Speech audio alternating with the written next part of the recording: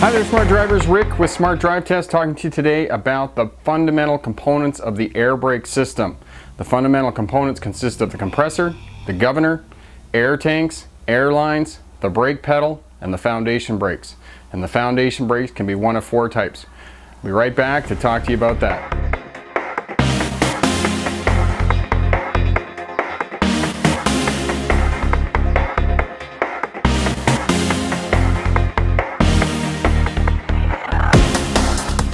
Rick talking to you today about the fundamental components of an air brake system. The fundamental components are compressor, governor, air lines, air tanks, brake pedal, and the foundation brakes.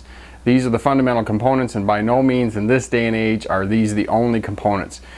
Start with this, and then as we go through the course, we'll build on the different valves and components of an air brake system, and finally, by the end of the course, you'll have an understanding of why in this day and age air brakes are bulletproof. This here you can see is the fundamentals of a basic air brake system. This is obviously not what an air brake system looks like, but just to give you some idea of the fundamentals of the air brake system, you can see here the first part that we need is we need somehow to compress the air in the system. We have an air compressor. The air compressor on an air brake equipped vehicle is exactly the same as what you would find in a garage. The only difference between a compressor in a garage and the compressor on an air brake system is that the compressor on the air brake system, it runs all the time that the motor is on. So we need some way to control the amount of air that we put in the system, because if we just keep pumping air into the system, that compressor is capable of pumping up to 500 pounds per square inch. We don't need 500 pounds per square inch. We only need a maximum of 135 pounds per square inch. So we have the governor. The governor controls the compressor. Think of the governor on a compressor like a thermostat on a furnace. Temperature in the house gets down to a minimum, the thermostat turns the furnace on. The temperature goes back up to a maximum, the thermostat turns the furnace off. A governor does exactly the same thing. The system goes down to a minimum air pressure. It puts the compressor back into the load phase and loads the system. In Ontario and some other places they call it the cut-in. System goes back up to maximum pressure. We know that it's at maximum pressure because the needles, the air gauge needles, stop climbing, and the system is between 105 and 135 pounds per square inch. At maximum pressure, the air that the compressor is generating is simply pumped into the atmosphere. We either call it the cutout phase or the unload phase. So the governor controls the compressor. We also have to have air tanks to store the air. This is one of the first fail-safe systems in any air brake equipped vehicle, air tanks. All of the air tanks on these air brake equipped vehicles are capable of holding 10 to 12 full brake applications, that volume of air. So if the compressor falls off the side of the vehicle for whatever reason, which it may or may not, there's enough air stored in those air tanks for 10 to 12 full brake applications. On the air tank, we need some way to prevent it from exploding or imploding. All tanks used in commercial uses and industrial uses all have some sort of safety valve on them. This tank here, you can see the safety valve here. The safety valve is designed on an air brake system to evacuate air from the system at 150 pounds per square inch. You as the driver will know that the safety valve is evacuating air from the system because they sound like a machine gun.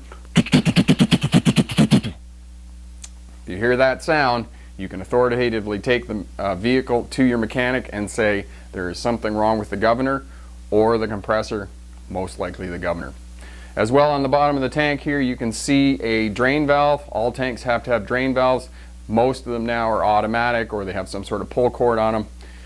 The reason they have to have drain valves is because when you compress the air, you heat it up, it goes into the tanks, it cools, and the water liquefies inside the tank because of the cooling process.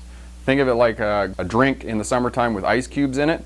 The hot air comes in contact with the cold glass on the outside. The vapor, the liquid vapor inside the hot air, cools and forms water droplets on the outside of your glass. That's exactly what happens inside of an air tank. Also on the system, we can see that we need air lines. The air lines harness and direct the air pressure into the system. As well, we have a brake pedal. You can see the brake pedal here. Just push down on it. It's essentially a valve. Brakes on, brakes off. It's for the service brakes. Two kinds of brakes on a big truck. that's equipped with air brakes, the service brakes, and the spring brakes. The spring brakes are primarily used for parking and in the event of an air loss, also for emergency brakes. But for this fundamental system, these are the service brakes, the brakes that you use going up and down the road after you release the parking brakes. The brake pedal is also can be called the foot valve or the treadle valve, but for terms of simplicity, we just call it the brake pedal. The brake pedal directs air out to the foundation brakes, and the foundation brakes consists of the brake chamber, the push rod, the slack adjuster, the S-cam, and the drum brakes. In this case, as you can see here in the diagram, these are drum brakes. There are 4 types of foundation brakes: drum brakes, disc brakes, air over hydraulic brakes, and to a certain extent, wedge brakes. Air over hydraulic brakes and wedge brakes, you're not going to find them in this day and age. They pretty much became obsolete when gasoline engines were replaced by diesel engines. Gasoline engines created vacuum, which made air over hydraulic brakes plausible because they could use the vacuum from the gasoline engine to power the master cylinder. Once diesel engines took over, they no longer created vacuum, and it was no longer feasible to have air over hydraulic. So it was just the air over hydraulic became obsolete, and they went to a completely air brake system. Wedge brakes, in the 20 years that I've been teaching air brakes, I've only ever seen wedge brakes once, and that was on a trailer in the island, and it was kind of a novelty to take the students out and show them wedge brakes. The question on the test for wedge brakes is they may have 1 or 2 brake chambers. That's the question on the test. As well, to identify a wedge brake, the brake chamber and the push rod will be facing into the brake assembly as opposed to at a 90-degree angle as they are on drum brakes. So the brake pedal directs air out to the foundation brakes, and as you can see in the image here, it is a drum brake, and that is the most common on large commercial vehicles at this juncture. Disc brakes are beginning to make inroads into the industry, not quite there yet.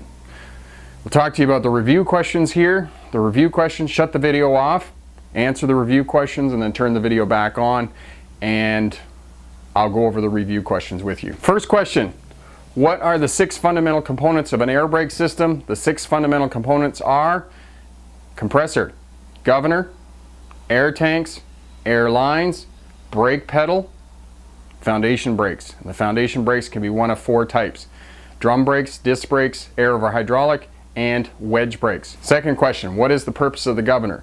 The governor controls the compressor. The compressor runs the entire time that the motor is running, so we need some way to control the compressor, and the way that we do that is that we unload it into the atmosphere or load it into the system. In British Columbia and other provinces, we call it the load phase, pumps air into the system, or the unload phase, where it pumps air into the atmosphere. In Ontario and other jurisdictions, it's the cut in or cut out. So it cuts in and pumps air into the system, or it cuts out and pumps air into the atmosphere. Third question: how are the air tanks the first fail-safe in an air brake system? The air tanks are the first fail-safe in the air brake system because they hold enough air for 10 to 12 full brake applications if they are not replenished.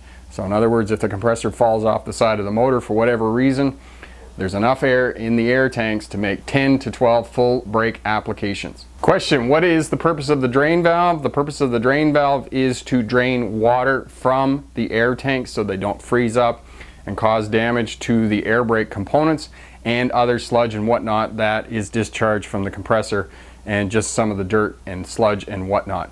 Question on the test: how often do you drain wet tanks? The answer to the question is daily. Every day you drain the tanks on an air brake system. And the last question: what is the sound of the safety valve when it blows off at 150 pounds per square inch?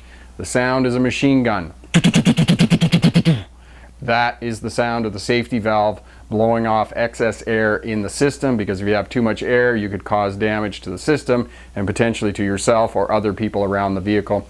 So all tanks used in industry and for commercial uses have a safety valve that blows off excess air or vacuum, prevents the tank from either exploding or imploding, is the purpose of the safety valve. Question for my smart drivers: are you taking an air brake course? Is there anything you need help with in terms of your air brakes? Leave a comment down in the comment section. I'll be more than happy to help you out.